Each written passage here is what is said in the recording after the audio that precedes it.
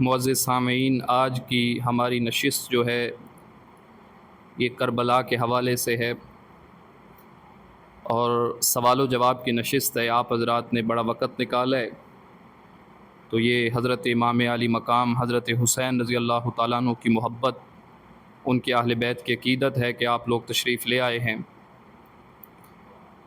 تو محرم کے حوالے سے سوال و جواب کی نشست ہوگی، کیونکہ اس مہینے کے اندر وہ سانحہ عظیمہ رونما ہوا کہ جس کے اندر حضرت امام علی مقام اور ان کے گھر والوں کو بڑی بے دردی سے شہید کیا گیا، اور اس کے بعد اہل بیت اعظام کو، ان کے گھر کی عورتوں کو شام لے جایا گیا۔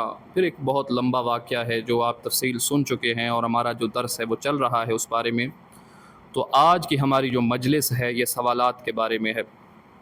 تو آپ کا جو پہلا سوال آیا ہے وہ یہ ہے کہ اس مہینے کے اندر غم منانا کیسا ہے؟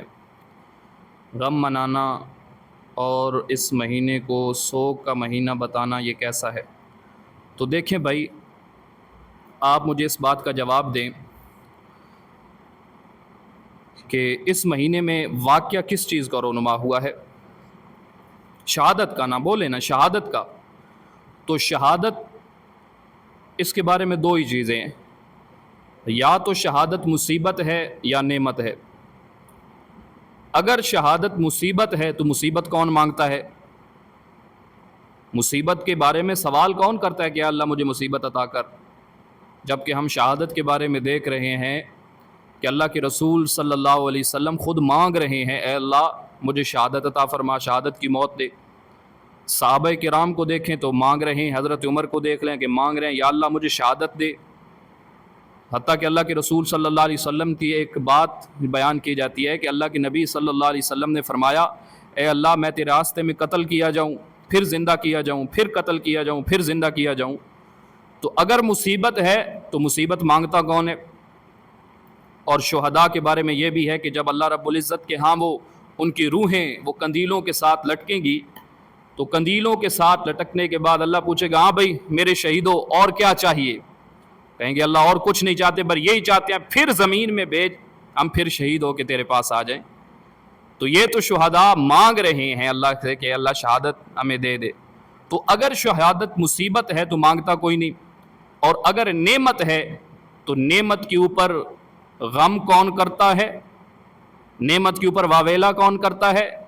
نعمت کے اوپر اپنے کپڑوں کو کون پھاڑتا ہے؟ تو بھائی اسلام نے ہر چیز کی ایک حد متعین کی ہے، اور غم کی بھی ایک حد متعین کر دی کہ غم کی حد کیا ہے؟ 3 دن ہے۔ تو یہ 1400 سال کے بعد پھر غم کرنا، یہ ان کی نعمت کی ناقدری ہے، اس نعمت کی جو ہے وہ بے قدری کرنے کے مترادف ہے۔ اصل بات یہ ہے کہ ان کی اس نعمت کو یاد کرتے ہوئے خود کو اس نعمت کے لیے تیار کرو۔ تو بات سمجھ آ گئی آپ کو کہ غم منایا جاتا ہے اگر شہادت کو مصیبت سمجھا جائے گا۔ تو یہاں تو ہم شہادت کو کہہ رہے ہیں کہ شہادت نعمت ہے، اسی لیے اس مہینے کے اندر ایسی کوئی چیز کرنا یہ ٹھیک نہیں ہے۔ اگلا سوال یہ ہے کہ اس مہینے کے اندر سبیل لگانا اور جلوس وغیرہ میں شرکت کرنا کیسا؟ تو بھائی سبیل لگانا اور جلوس نکالنا، تو آپ کے سامنے میں ایک بات رکھنا چاہتا ہوں کہ ہمارے ہاں کچھ لوگ یہ کہتے ہیں نا بھائی کہ ہمارا کوئی فرقہ نہیں ہے، ہم کسی فرقے سے تعلق نہیں رکھتے۔ یہ بظاہر تو بڑا خوشنما نعرہ ہے، کانوں کو بڑا اچھا لگتا ہے، لیکن اصل کے اندر یہ بات 2 نمبری پہ مبنی ہے۔ بھائی یا پکے سنی بن جاؤ یا شیعہ بن جاؤ۔ یہ کیا بات ہوئی کہ آدھے ادھر اور آدھے ادھر؟ تو جب بات آتی ہے نا سبیل کی، اللہ کے نام پہ پانی پلانے کی، تو اس سے کوئی نہیں روکتا، یا اللہ کے نام پہ کھانا کھلانے سے اس سے کوئی نہیں روکتا۔ آپ سارا سال کھلائیں، سارا سال مسافروں کو پانی پلائیں، یہ تو نیکی کا کام ہے، اس سے آپ کو کون روکے گا؟ آج جب بات آتی ہے محرم الحرام کے اندر سبیل لگانے کی، تو اس میں یہ مشابہت بن جاتی ہے ان کے ساتھ جن کو ہم غلط کہتے ہیں۔ تو ہم کہتے ہیں کہ بھئی کس لیے؟ وہ کہتے ہیں جی ہم سبیل حضرت حسین کے نام پہ لگا رہے ہیں، ہم کھانا حضرت حسین کے نام پہ پکا رہے ہیں۔ تو یہ اس مشابہت ان کے ساتھ بن جاتی ہے جس کی وجہ سے اس کو منع کیا گیا ہے۔ کہ اس مہینے کے اندر آپ نہ لگائیں، اگلے جس دوسرے دنوں کے اندر جب لگائیں، لیکن پورے سال کے اندر کوئی سبیل نہیں لگاتا، ان دنوں کے اندر صرف لگاتا ہے۔ یہ ان کی مشابہت بن جاتی ہے اور ان کے ساتھ ملامست بن جاتی ہے۔ باقی اگر کوئی لگانا چاہے تو سارا سال لگائے، لیکن ان دنوں کے اندر خاص کیوں کرتے ہو؟ تو یہ خاص کرتا ہے نا جب بندہ یہ چیز کو غلط کر دیتا ہے۔ باقی رہا معاملہ کہ ان کے جلوس وغیرہ میں جانا، تو بھائی میں نے پہلے بات کی ہے کہ دو ہی راستے ہیں، یا سنی بن جاؤ یا شیعہ بن جاؤ۔ تو پکے بنو نا، یہ کہنا کہ ہمارا کوئی فرقہ نہیں، کبھی ادھر محرم آیا تو شیعہ بن گیا، ربیع الاول آیا تو جناب بریلوی بن گیا، اور جب کوئی اور مسئلہ آیا تو دوسروں کے ساتھ رل گیا، مل گیا۔ تو یا تو پکے بن جاؤ نا، تو پھر کون تم کو منع کرتا ہے جلوس میں جاؤ۔ لیکن اگر اہل سنت سے تعلق ہے، پھر تم پوچھو گے کہ ہم نے جلوس پہ جانا ہے، تو پھر جلوس پہ جانا تمہیں یہ شیبہ نہیں دیتا، یہ بات اس کی اجازت نہیں ہے، کیونکہ وہاں جاؤ گے، وہاں ایک تو غلط چیزیں ہوں گی، ماتم ہوگا، جزا فضا ہوگی، غلط حکایات ہوں گی، صحابہ کے اوپر تبرے ہوں گے، تو یہ وہ چیزیں ہیں جو اس چیز کو غلط ثابت کر دیتی ہے اور غلط کر دیتی ہے، اسی لیے اس کے اندر شرکت کرنا یہ صحیح نہیں ہے۔ اگلا سوال یہ ہے کہ نیاز جو ہے پکانا، کیا کہتے ہیں مفتیان کرام اس بارے میں کہ نیاز پکانا کیسا ہے؟ بھائی نیاز کے بارے میں بات ایک ضابطہ سمجھ لیں کہ اللہ رب العزت کے نام پہ اگر کوئی کھانا پکاتا ہے، اللہ رب العزت کے نام پہ کوئی چاول پکا کے غریبوں کو کھلا دے، تقسیم کر دے، کھانا پکائے، روٹی پکائے، دال پکائے، حلیم پکائے، جو چیز مرضی پکا دے، تو اس کو اجازت ہے، جب چائے پکا دے، سارا سال پڑا ہے، جب چائے مرضی پکا دے، اس سے آپ کو کوئی نہیں روکتا۔ لیکن یہاں جب ہم بات کرتے ہیں نا نظر نیاز، نظر اللہ نیاز حسین، تو بھائی نظر کا معنی بھی عبادت، نیاز کا معنی بھی عبادت۔ تو جب یہ کہا جائے گا نظر اللہ نیاز حسین، یعنی آدھی عبادت اللہ کی، آدھی عبادت حضرت حسین کی، تو اگر کوئی بندہ اللہ کے نام پر پکاتا ہے اور اللہ کے نام پر پکا کے تقسیم کر دیتا ہے لوگوں میں، اور کہتے ہیں جی فلاں بندے کی ایصال ثواب کے لیے تھی، تو پھر تو ٹھیک ہے، لیکن کہتے ہیں کہ فلاں کے نام پہ ہے، فلاں کے نام پہ میں پکا رہا ہوں، تو پھر یہ نص قطعی سے حرام ہو جاتا ہے۔ جیسے کہ اللہ پاک نے فرمایا حرم علیکم المیتۃ والدم ولحم الخنزیر وما اہل لغیر اللہ بھی، کہ غیر اللہ کے نام پر جو چیز ذبح کی جاتی ہے، جو چیز غیر اللہ کے نام پہ دی جائے گی، وہ پھر حرام ہو جائے گی۔ تو اگر کوئی اسی طرح نیاز پکاتا ہے تو غیر اللہ کے نام پہ پکا رہا ہے، حضرت حسن کے نام، حضرت حسین کے نام پہ، حضرت علی کے نام پہ وہ نیاز پکا رہا ہے، تو پھر یہ حرمت کے دائرے کے اندر چلی جاتی ہے، پھر یہ چیز جائز نہیں رہتی۔ ہاں اگر کوئی بندہ اللہ کے نام پہ پکاتا ہے، صحیح العقیدہ بندہ ہے، اور ایک بندہ آپ کے سامنے اقرار کر رہا ہے کہ میں نے اللہ کے نام پہ پکائی ہے، لیکن پکائی ان دنوں کے اندر ہے، اس کی مشابہت بھی ان کے ساتھ ہے، تو پھر بھی اس کے اندر شبہ پیدا ہو جاتا ہے کہ یہ بندہ اصل کے اندر جھوٹ بول رہا ہے، اس نے پکائی تو اسی پیرائے کے اندر تھی، لیکن اب یہ صرف آپ کو دھوکہ دینے کے لیے کہہ رہا ہے کہ میں نے اللہ کے نام پہ پکائی ہے۔ تو اسی لیے ان دنوں کے اندر خاص طور پہ اگر کوئی دے جائے نا، تو ان سے پوچھنا اللہ کے نام پہ ہے یا حسین کے نام پہ، اگر کہیں نا حضرت حسین کے نام پہ، حضرت علی کے نام پہ، کہنا کہ ہم نہیں لیتے، ہم مسلمان ہیں، مسلمانوں کے ہاں غیر اللہ کے نام پہ پکی ہوئی چیز، غیر اللہ کے نام پہ ذبح شدہ جانور یہ جو ہے یہ حرام سمجھا جاتا ہے، اس کو ہم جائز نہیں کہتے۔ اگلا جو سوال ہم کریں گے وہ یہ ہے کہ ماتم کرنا جائز ہے کہ نہیں، اس بارے میں ارشاد فرما دیجئے، ماتم کرنا کیسا ہے؟ تو بھائی اس کے اوپر، ماتم کے اوپر، اس مسئلے کے اوپر میں آپ کے سامنے تفصیلی گفتگو کروں گا۔ یہ چھوٹا موٹا مسئلہ نہیں ہے کہ اس کو بندہ ایک منٹ میں بیان کر دے جیسے کہ دوسرے سوالات کے جوابات دیے۔ تو میں اس مسئلے کے اوپر میرے پاس دلائل بہت سارے ہیں، اپنی کتابوں سے بھی اور اہل تشیع کی کتابوں سے بھی، لیکن میں یہاں مختصراً آپ کے سامنے قرآن سے، حدیث سے اور مخالفین کی کتب سے دو دلیلیں پیش کر کے اس کے اوپر یہ آپ کو بتاؤں گا کہ یہ ماتم جو ہے اسلام کے اندر بالکل حرام ہے۔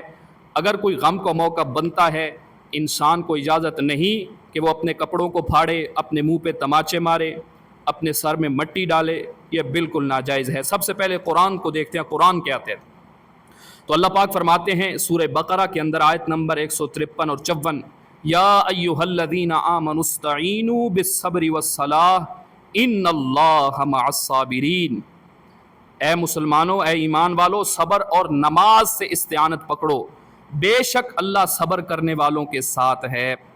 ٹھیک ہے، اور جو اللہ کی راہ میں شہید ہونے والوں کو مردہ نہ کہو بلکہ وہ زندہ ہیں لیکن تم کو شعور نہیں۔ اللہ پاک فرماتا ہے صبر کرو، ان اللہ مع الصابرین۔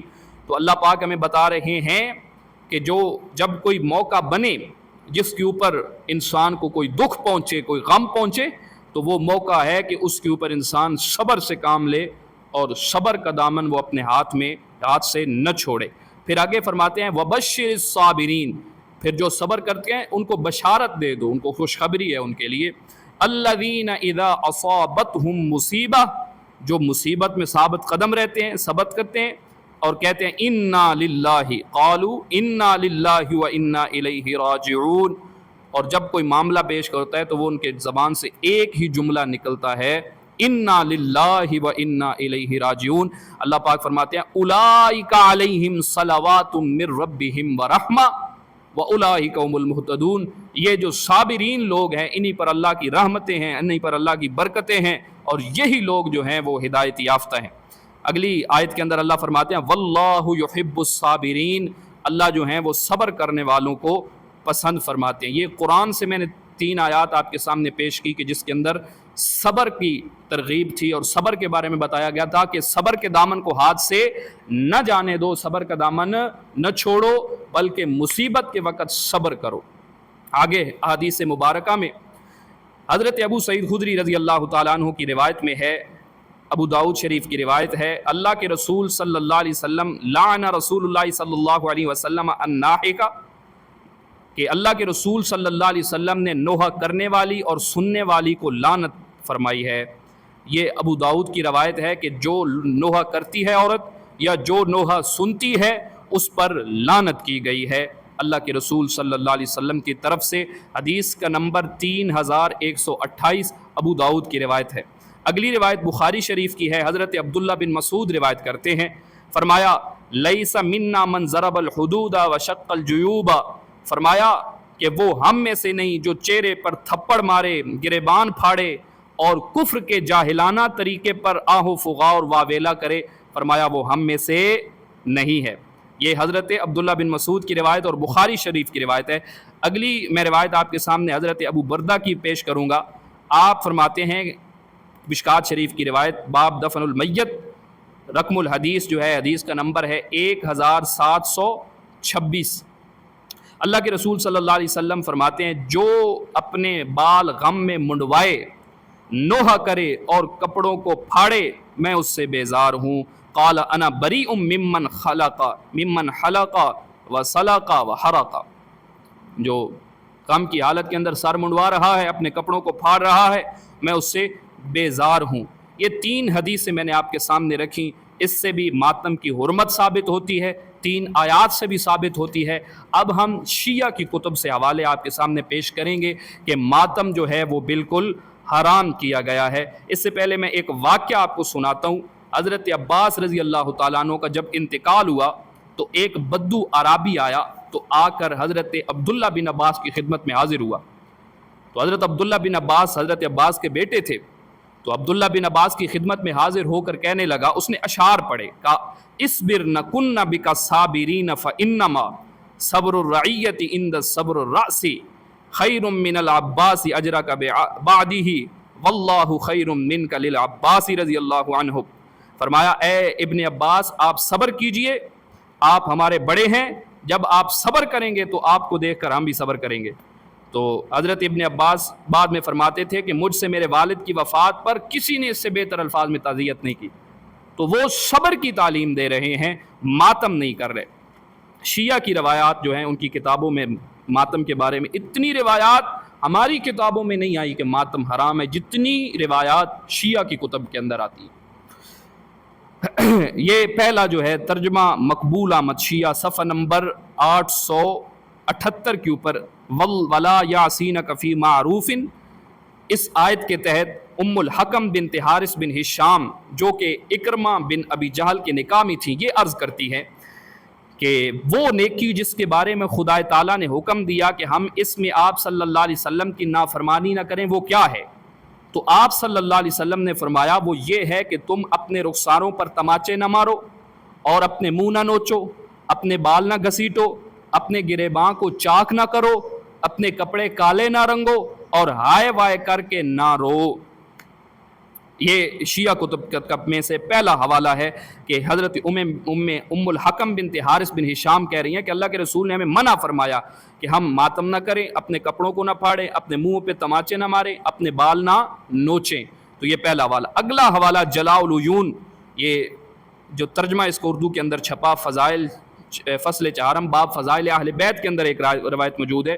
حضرت صلی اللہ علیہ وسلم نے اپنی وفات کے وقت سیدہ فاطمہ الزہرا کو وصیت فرمائی تھی کہ اے فاطمہ، جب میں انتقال کر جاؤں تو اس وقت اپنے بال میری مفارقت میں نہ نوچنا، اپنے گیسوئے پریشان نہ کرنا اور واویلا نہ کرنا، اور مجھ پر نوحہ نہ کرنا اور نوحے والیوں کو نہ بلانا۔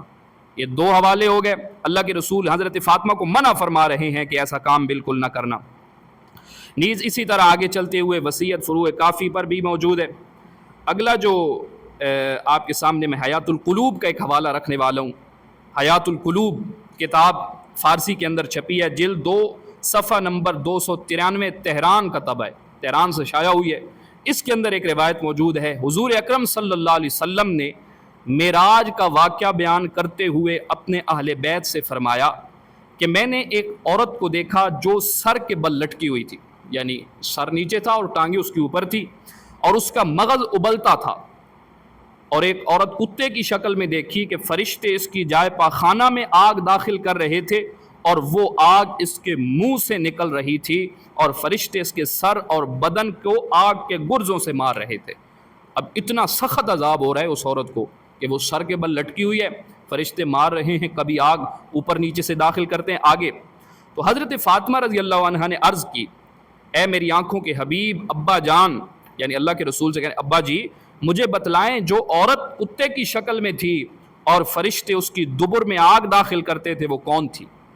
تو آپ نے فرمایا وہ گانے والی، ماتم اور بین کرنے والی اور حسد کرنے والی عورت تھی۔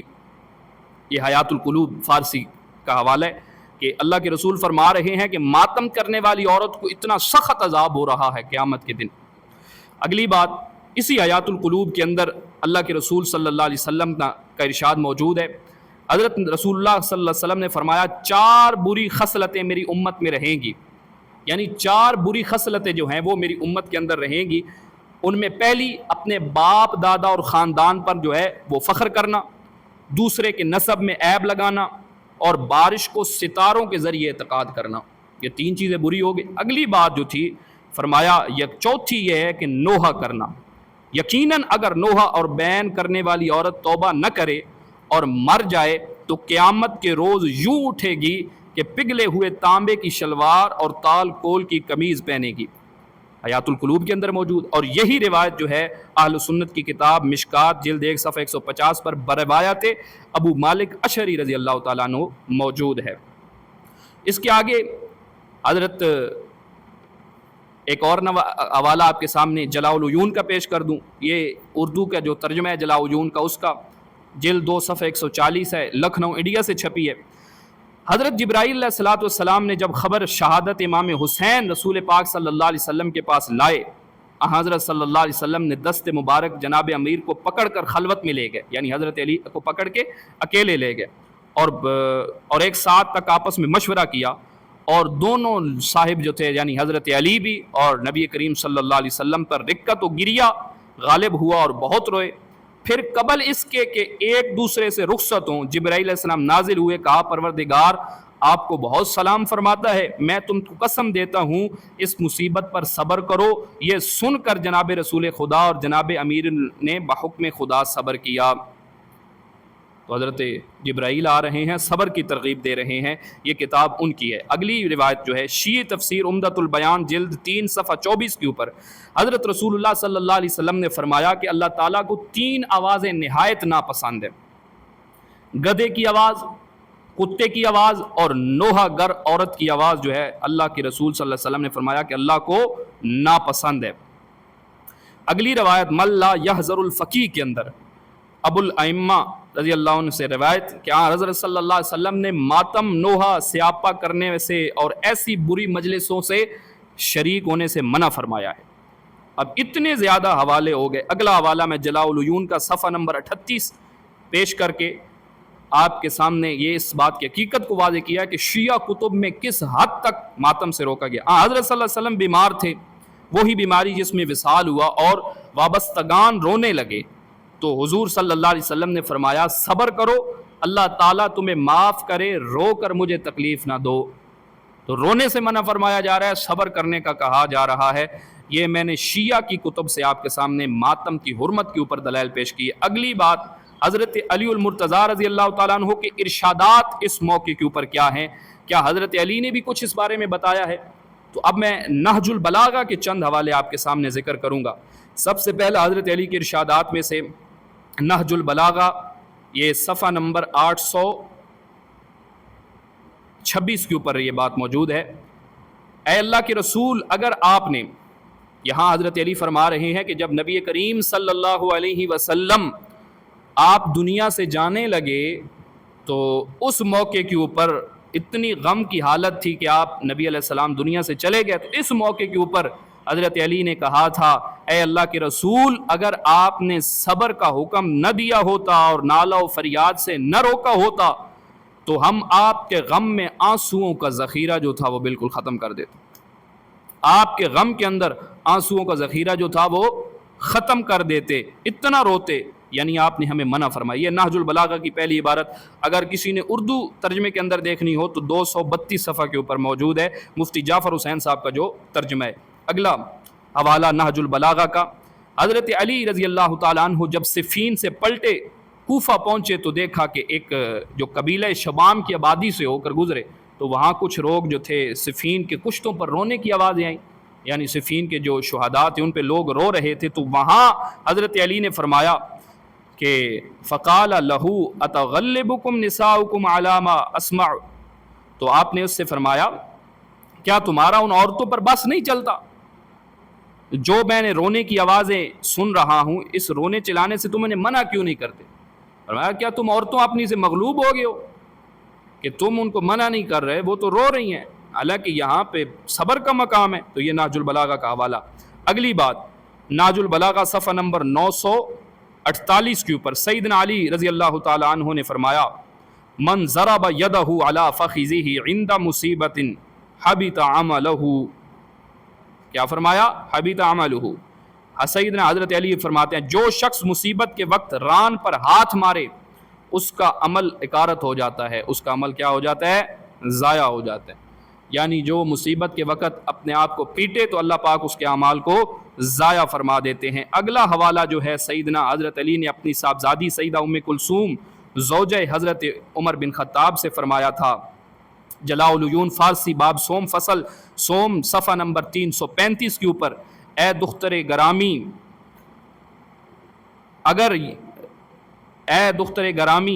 اگر تیرے اوپر کوئی غم ہے گریہ نہ کر، بخدا سوگن تو وہ دیکھے جو میں دیکھ رہا ہوں، بے شک نہ روئے۔ فرمایا تو رو رہی ہے تو یہ رونا بالکل کیا ہے، وہ ترک کر دے۔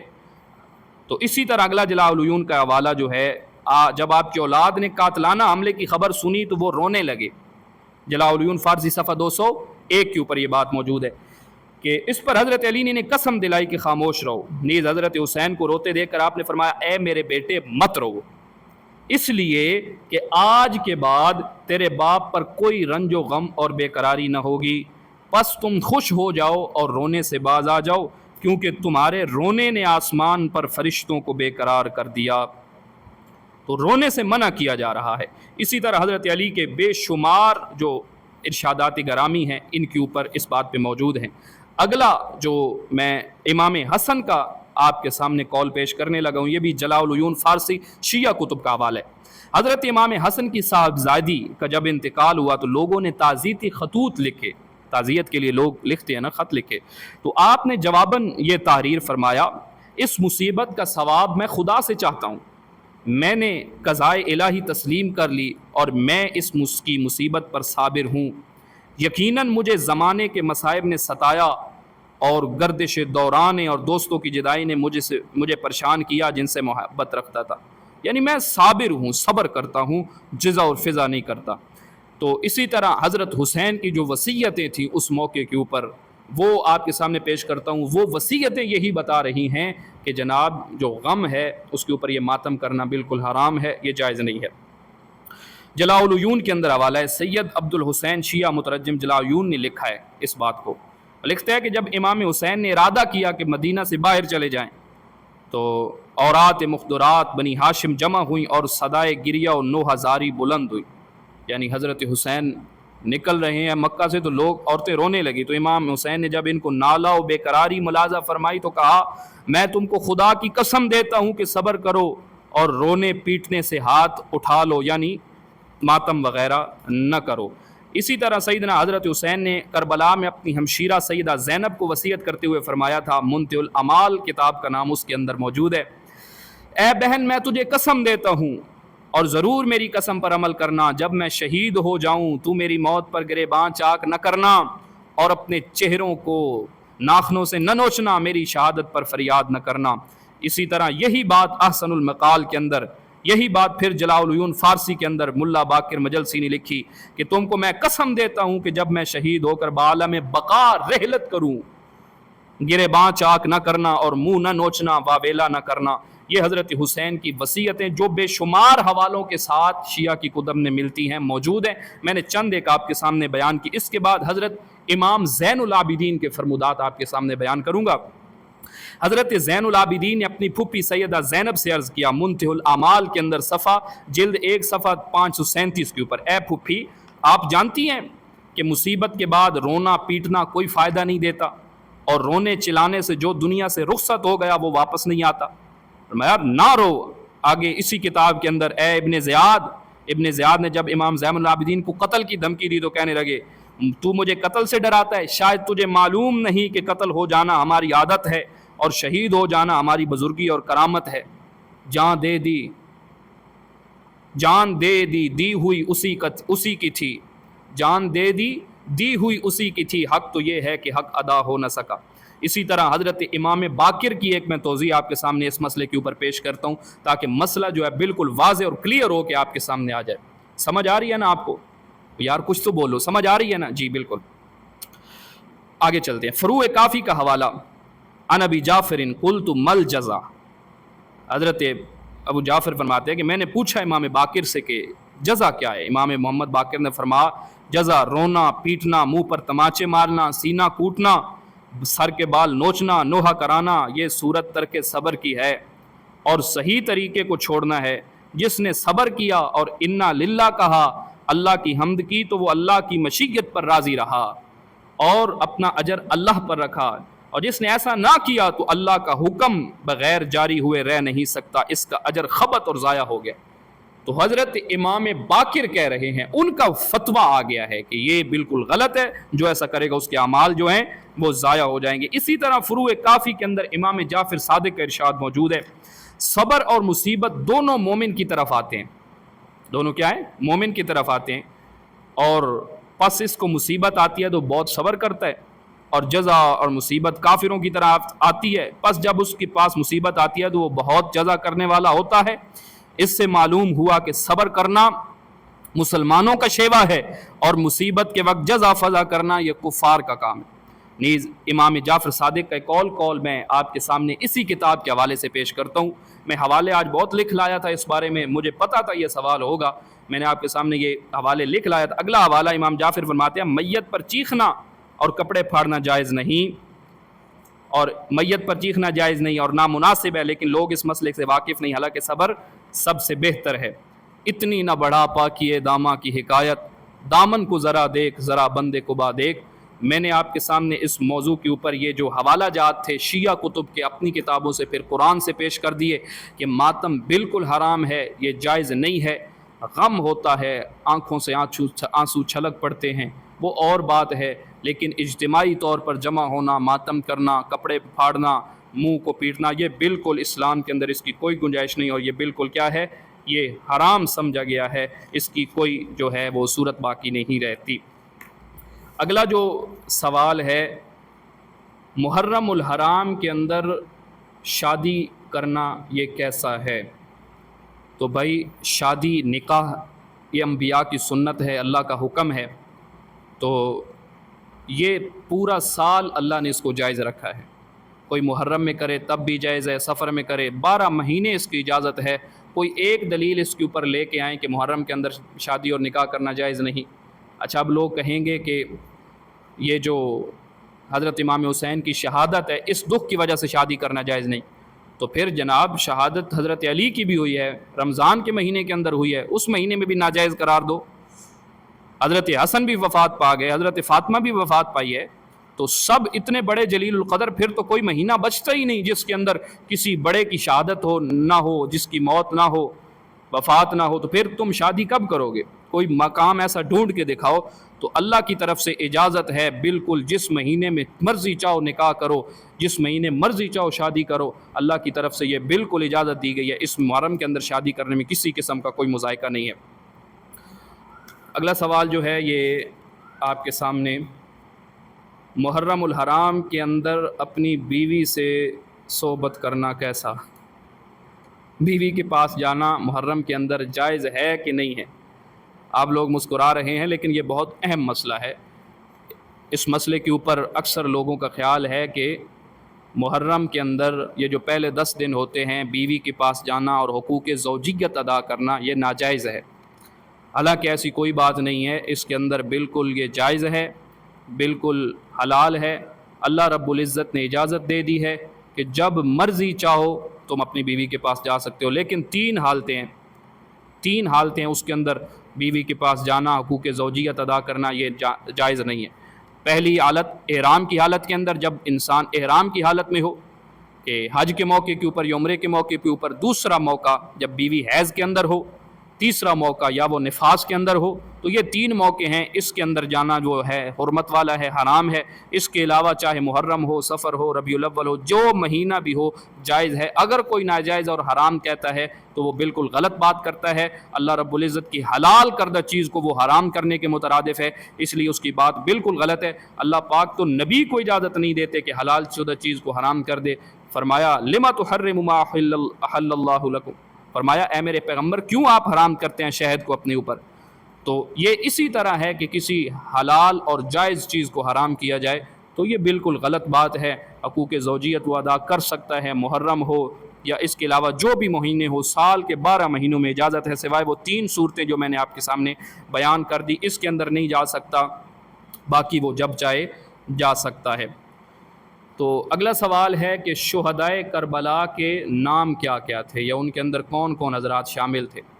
تو یہی بات ہے کہ جب آپ ان کو دیکھیں گے ہمیشہ وہ جب بیان کریں گے شہدائے کربلا کے نام کو تو صرف حضرت حسین کا نام لیتے ہیں یا صرف حضرت حسین کے بیٹوں کا نام لیتے ہیں. تم ان سے پوچھنا جی کربلا کے اندر تو بہت لوگ تھے، حضرت حسین بھی تھے، ان کے ساتھ ان کے اور بھائی بھی تھے، ان کے نام تو بتاؤ. محب اہل بیت ہونے کا دعویٰ کرتے ہو لیکن علی کے بیٹوں کے نام چھپاتے ہو جو شہدائے کربلا میں شامل تھے. تو ان سے پوچھو نا، بتاؤ نا نام کون کون سے تھے. حضرت علی کے بیٹے تو زیادہ سارے تھے جو کربلا کے اندر شہید ہوئے، ان کی بھی تعداد 9 کے قریب پہنچ جاتی ہے. تو تم تذکرہ حضرت حسین کا تو کرتے ہو، ان بیٹوں کا کیوں نہیں کرتے؟ ان بیٹوں کے نام بھی بتاؤ، ان کی شہادت بھی پڑھو، ان کے تذکرے بھی کرو تاکہ لوگوں کے سامنے مسئلہ کھل کے واضح ہو جائے، لوگوں کے سامنے بیان واضح طور پہ آ جائے کہ اصل کے اندر بات کیا ہے. تو میں آپ کے سامنے رکھوں گا کہ حضرت علی کے تقریباً 9 بیٹے جو تھے وہ کربلا کے شہید ہیں. کتنے بیٹے؟ اونچی آواز میں بولے، کتنے بیٹے؟ 9 بیٹے شہید تھے. سب سے پہلے محمد الاوسط، اس کے بعد محمد بن علی، یہ پہلے، پھر جعفر بن علی، عباس بن علی. اسی طرح یہ 3 نام، ان کے بعد 3 اور نام سننا اور اپنے دل پہ ہاتھ رکھنا یہ کون تھے. ایک بیٹے کا نام ابو بکر بن علی، عمر بن علی، عثمان بن علی، عبداللہ بن علی، عبید اللہ بن علی، حسین بن علی. یہ وہ حضرت علی کے بیٹے تھے جو شہید ہوئے. اب اس میں دیکھو، ایک بیٹا ابو بکر نام کا ہے، ایک بیٹا عمر نام کا ہے، ایک بیٹا عثمان نام کا ہے. میرے دوستو یہ نام بتائے نہیں جاتے، ان ناموں کو چھپایا جاتا ہے. کیوں؟ اگر وہ ان ناموں کو بتائے تو یہ بتانا پڑے گا کہ حضرت علی نے اپنے بیٹوں کے نام خلفائے راشدین کے نام پر رکھے تھے، اور یہ محبت کی دلیل ہوا کرتی ہے، نفرت کی دلیل نہیں ہوتی۔ اگر محبت نہ ہوتی، پیار نہ ہوتا، تو ان کے ناموں پہ کون نام رکھتا؟ مجھے بتاؤ، آج تم ابو بکر و عمر سے محبت نہیں کرتے، کبھی نام رکھے ابو بکر و عمر عثمان؟ کسی رافضی نے رکھا ہو؟ نہیں رکھا۔ کیوں؟ محبت نہیں کرتے، دل میں عقیدت نہیں ہے۔ یا اگر کوئی بندہ کہے کہ فرعون کا نام رکھو، کوئی نہیں رکھتا۔ ابو جہل کا نام کوئی نہیں رکھتا۔ اسی طرح ابو لہب کا نام کیوں نہیں رکھتا؟ کیوں؟ ان سے نفرت ہے۔ کہتے ہیں جی ان میں ایمان نہیں تھا، ان سے نفرت ہے۔ یعنی جن کا ایمان نہ ہو، ایمان والے ان سے محبت نہیں کرتے۔ جن کا ایمان نہ ہو، ایمان والے ان سے محبت نہیں کرتے، اور جن سے محبت کرتے ہیں انہی کی اولاد پہ نام رکھے جاتے ہیں۔ جن سے محبت ہوتی ہے انہی کے جو نام ہیں ان پر نام رکھے جاتے ہیں۔ تو یہ اس بات کی دلیل سمجھ آ جاتی ہے کہ حضرت علی المرتضیٰ رضی اللہ تعالی عنہ نے دوسرے جو ان کے بیٹے تھے، ان بیٹوں کے نام جو رکھے تو حضرت ابو بکر و عمر عثمان کے نام پر رکھے، تو ان کا بھی تذکرہ کرنا چاہیے۔ ورنہ وہ 72 جو لوگ تھے ان میں یہ بھی لوگ شامل تھے، حضرت حسین کے بیٹے بھی تھے، حضرت حسن کے بیٹے بھی تھے، تو ان کا تذکرہ کرنا یہ بھی اہل بیت کی محبت میں شامل ہے۔ لوگ ان کا تذکرہ تو کرتے ہیں، ان کا تذکرہ نہیں کرتے، تو ہم ان کے تذکرے کی بات بھی کرتے ہیں۔ تو اگلا سوال جو ہے مفتی فضل ہمدرد کے بارے میں بتائیں، یہ کیسا انسان ہے، اس کے بیان سننا کیسا ہے، یہ اس کی بات سننا۔ بھائی مفتی فضل ہمدرد جو ہے یہ ایک رافضی قسم کا انسان ہے، اور چھپا ہوا رافضی ہوتے ہیں، اوپر سے کہتے ہیں جی میں سنی ہوں، میں جی جامعہ شرفیہ کا فاضل ہوں، حالانکہ نہ یہ عالم ہے نہ فاضل ہے، کچھ بھی نہیں ہے۔ تو یہ اندر سے روافضی اور رافضی ہوتے ہیں، اوپر سے اظہار کرتے ہیں۔ یہ ایک ترکیب ہے ان کی پرانی چلی آتی۔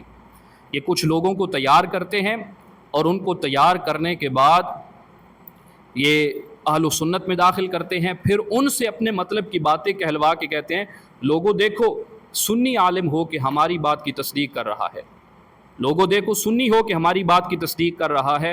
لوگوں کو دھوکہ دینے کے لیے وہ ایسے لوگوں کو تیار کرتے ہیں، جیسا کہ وہ قاضی نور اللہ شوستری تھا۔ تو اسی طرح یہ لوگ بھی ہوتے ہیں، اندر سے یہ پکے رافضی ہوتے ہیں، اوپر سے لبادہ اہل سنت کو اوڑھ کے اہل سنت کی صفوں میں داخل ہو کر، اہل سنت کی صفوں میں بیٹھ کر یہ بتاتے ہیں کہ ہم جناب سنی ہیں، اور جب ان کے منہ سے نکلے گی غلاظت، نکلے گی، صحابہ کا بغض چھلکے گا، صحابہ کے بارے میں غلط باتیں چھلکیں گی، تعصب چھلکے گا، تو یہ لوگ پکے شیعہ، پکے رافضی ہوتے ہیں، جس کی وجہ سے ان کو سننا بھی جائز نہیں ہے، ان کی بات کو ماننا بھی جائز نہیں ہے۔ یہ لوگوں کو دھوکہ دینے کے لیے اور لوگوں کو غلط بات میں الجھانے کے لیے ان لوگوں نے یہ پراپیگنڈا شروع کیا ہوتا ہے۔ اور پھر اس محرم میں تو کھل کے سامنے آیا، یہ مجلسیں پڑھ رہا ہے شیعوں کی، جا کے مجلسیں پڑھی جا رہی ہیں، شیعہ کی مجالس میں شامل ہوتا ہے، ان کی بات کو حق کہہ رہا ہے، ان کی بات کو ماننے کا کہہ رہا ہے، پھر کبھی ان کی جگہوں پہ جا کر جناب وہ ادھر جاتا ہے، اور ادھر جا کے جناب ان کے مختلف قسم کی چیزوں میں شامل ہوتا ہے، شریک ہوتا ہے۔ تو اس جیسے بندے کو سننا یہ جائز نہیں ہے، بلکہ بالکل غلط ہے۔ اللہ رب العزت ہمیں حق اور سچ سمجھنے کی توفیق عطا فرمائے۔ وما علینا الا البلاغ المبین۔